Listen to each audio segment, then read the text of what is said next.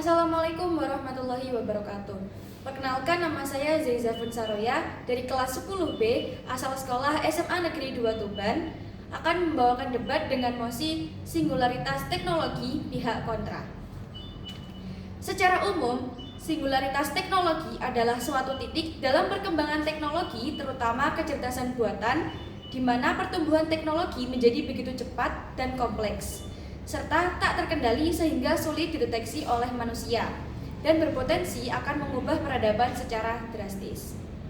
Dalam konteks singularitas teknologi, mesin atau kecerdasan buatan diperkirakan akan melampaui kecerdasan manusia dan mampu meningkatkan dirinya sendiri tanpa campur tangan manusia.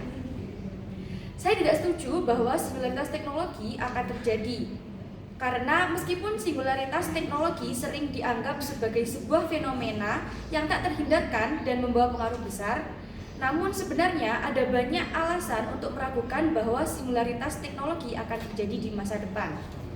Alasannya yang pertama yaitu perkembangan teknologi tidak selalu linier. Dalam rekap sejarah akhir-akhir ini dapat disimpulkan bahwa kemajuan teknologi sering mengalami hambatan signifikan.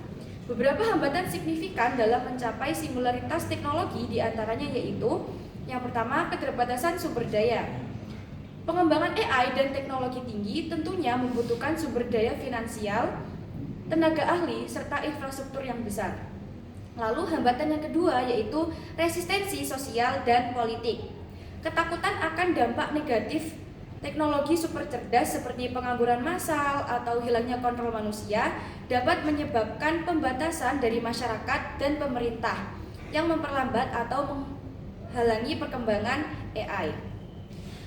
Lalu alasan yang kedua yaitu kemampuan kecerdasan buatan saat ini masih sangat terbatas dan jauh dan mencapai kecerdasan umum manusia.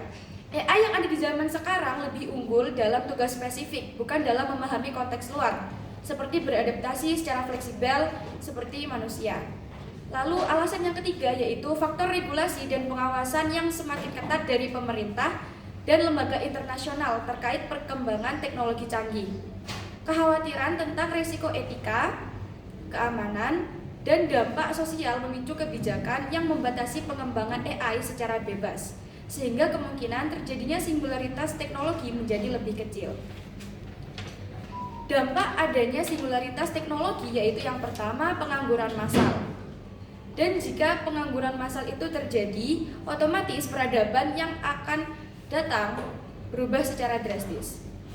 Lalu contoh dari singularitas teknologi yaitu peningkatan manusia melalui antarmuka manusia-komputer. Nah, solusi agar tidak terjadi singularitas teknologi di masa depan yaitu yang pertama, pengawasan dan kontrol AI. Lalu yang kedua, pengaturan dan regulasi yang ketat. Lalu yang ketiga, kolaborasi internasional. Yang dimaksud kolaborasi internasional yaitu kerjasama dari beberapa pihak untuk memastikan teknologi berkembang dengan aman. Nah, kesimpulan yang dapat diambil yaitu bahwa singularitas teknologi sangat merugikan manusia dari segi pekerjaan, peradaban, dan masa depan manusia. Serta tidak semua hal bisa menggunakan teknologi seperti saat manusia melahirkan. Menciptakan manusia sesungguhnya harus manusia asli, bukan manusia ciptaan atau buatan.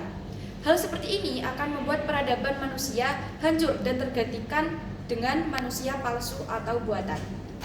Sekian dari saya, mohon maaf apabila ada salah kata maupun perbuatan. Wassalamualaikum warahmatullahi wabarakatuh.